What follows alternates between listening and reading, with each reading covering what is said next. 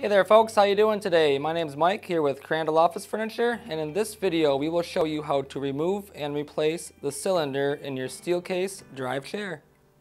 Let's go. Alright guys, so we do want to place the chair on its back to begin this process, so we'll do that carefully.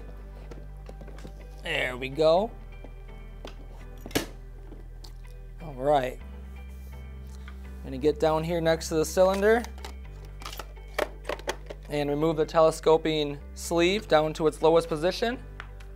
We're going to grab our trusty pipe wrench and get a nice solid grip on the cylinder as close as we can to the chair without touching it. So we'll get a good grip on it. Alright, once we've got a good grip on the cylinder, it's time to remove the cylinder by just twisting the pipe wrench and hoping and praying the cylinder comes out with it. Here we go, guys. We'll anchor the chair with our other arm and give it some twists, like so. There we go. A couple more.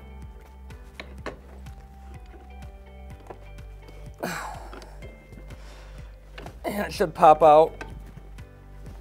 I think I got it. There we go. All right, let's remove the cylinder from the base. Grab a hammer, pound out from the bottom. Watch your toesies. All right. We're gonna grab the new cylinder and insert it into the telescoping sleeve so the cylinder comes out the other side. We're gonna put that cylinder back into the chair like so. We're gonna grab our base, reinsert it onto the cylinder like so. And now we can tip our chair up and the process is done.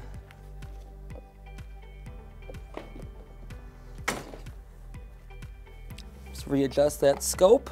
Everything looks good. And that's all there is to it, guys. Alright guys, so that's it. That's how you replace and remove the cylinder in your Steelcase drive chair. Don't forget to reach out to us at crandalloffice.com with any questions or concerns you may have. Please like and subscribe our channel, and always have a great day. Thank you.